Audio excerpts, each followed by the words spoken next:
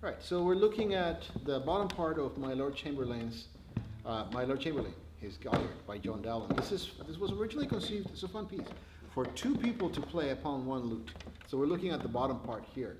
The third string is tuned to an F sharp, right? So here you start with, what would be normally some open string G's, but because it's an F sharp now, you're going to have to put your index finger on the first fret to get that G.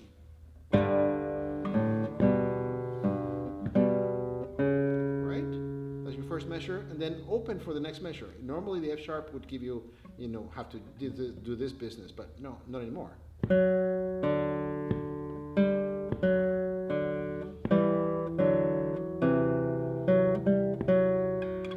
Grab the E, grab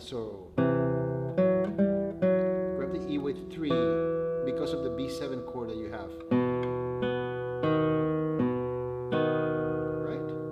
Next part, a bit more interesting on your fifth measure. Right, the A is going to be in the third fret. I suggest using 4. Why? Because of what comes up next. You got the 2 here, then you're going to need that 3 there for the C, right? So 8th notes instead of 16th notes for beats 2 and 3. So G string.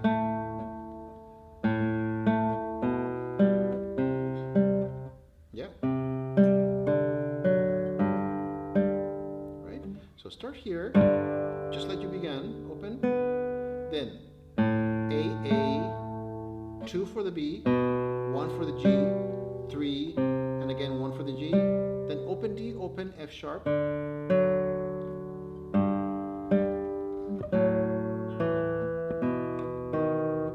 so a lot of syncopation in that second measure, so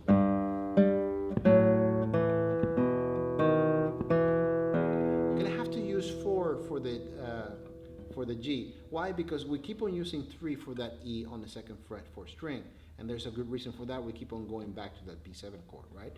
So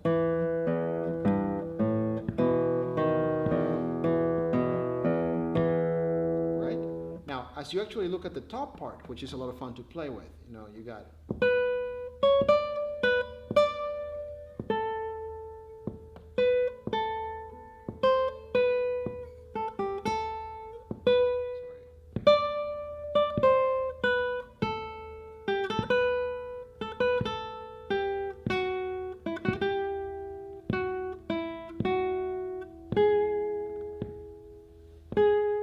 so if you're able to practice your part together with this in the recording, that will help a little bit. Then you actually have more work on the first position. And you can imagine the other part is up here while you're up here. So you are pretty much far away from each other. However, on the second page, in the third section of this piece, you are going to have this very fun exchange.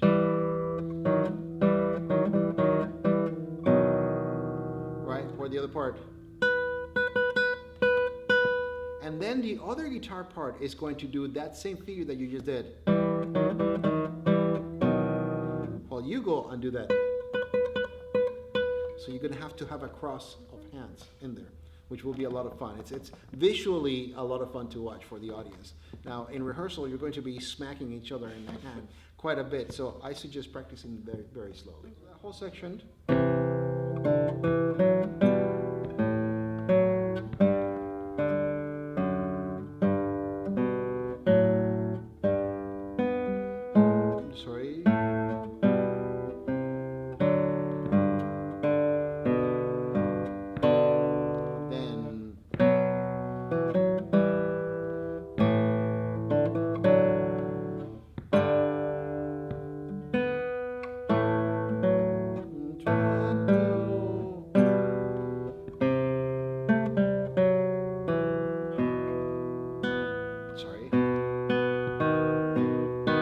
Precisely why we want to try to get those, in sight reading I went ahead and went to normal position, but try to get in as much as possible all those E's with the third finger.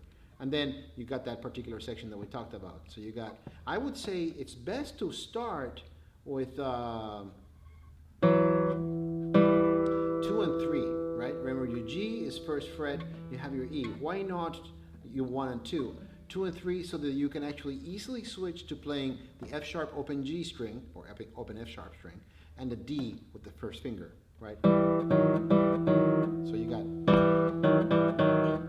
and then you just bring your third finger up, right? Remember that the F sharp is open, right? And then you have that on the 7th fret.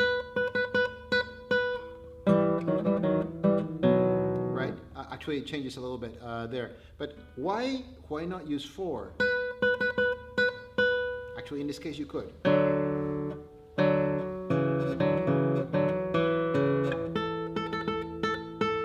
And then you got your E major chord. Remembering again that your G is going to be, well, it's E minor in this case, right?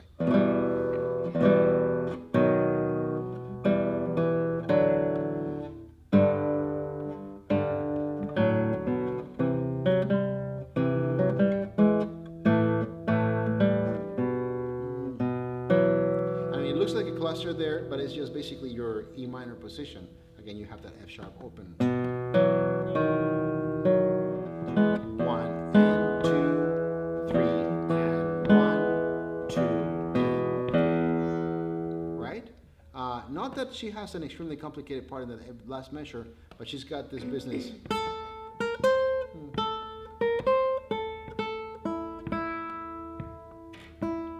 So, all in all, your part seems to be, well, the toughest one. Now, listen to the top part so that you can actually practice your part against that while you're working on it. Repeat.